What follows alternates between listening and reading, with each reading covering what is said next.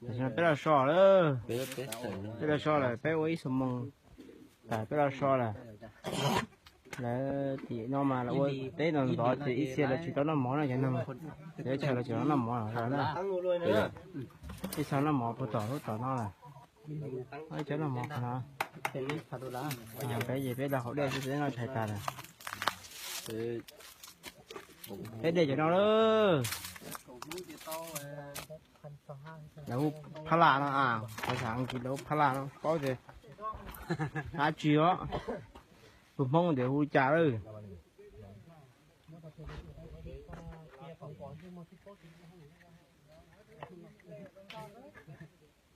Hai tiêu mau chụp lại.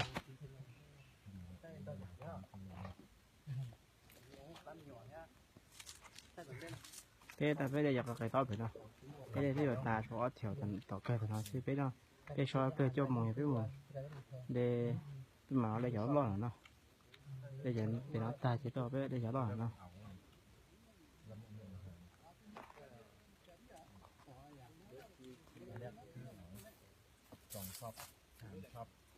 Thôi tiền ơi. Mình có cấp nhãn. Khai đào. Mấy trường ròn rồi thế này. Họ cú nhau bắt đầu. Tụi nó mới chụp xong. Ý bắt đầu vui này đòi vui.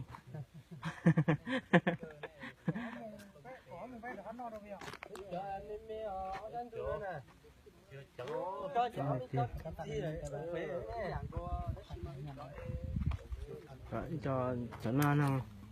Cái nó hả chị nó? Cái này năng Sri Lanka nè. Make some video. Ôi trời ơi.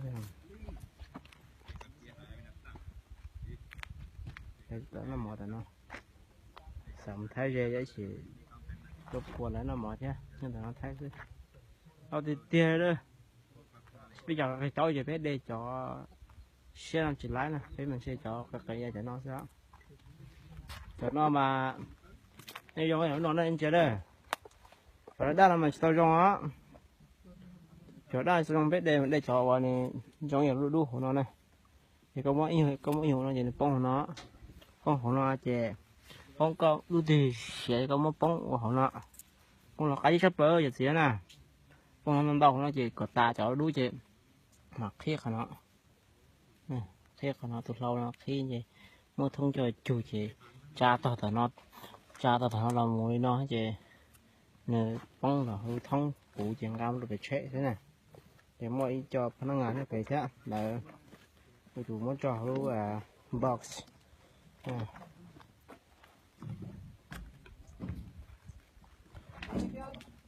Thì mỗi tuần tông trò đó là mà hai thì tiền là cho đây tali nè. Trò giờ không có lái rồi lại muốn đây tali nè. Cái cọc đây nó này. Cho sầm mỏng lên cho này, cho sầm mỏng lên cho. Phải tu thế. Thua cho những món đó nè.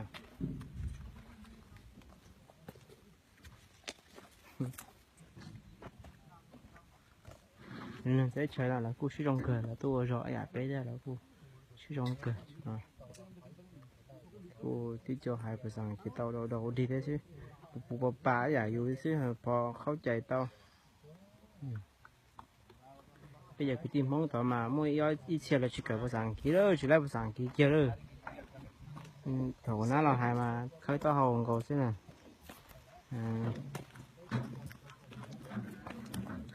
giờ hai xe phong chưa là bao chỉ là vô đồ giang tôi mua nè ta chỉ mà rồi chỉ bao sáng chỉ chơi rồi mua chỉ lại thế rồi từ mua lắm không có vô mua hai hay là bùi vô đồ giang là thế rồi với khó nhiều cường rồi cái món mày cứ tao cỡ nè cứ tao cỡ cái sáng kia lòng sọt tiêu lấy sự bữa sáng kia nè tôi thôi tôi chơi sờ lèo lấy sự bữa sáng kia xí này trắng rồi lấy sự bữa sáng kia còn xí nè đây sẽ khẩu nó mà sẽ cho tao nhia này đây sẽ khẩu cho tao nhia cho đều có gió nó yên tao nhia rồi này cái chờ nó chỉ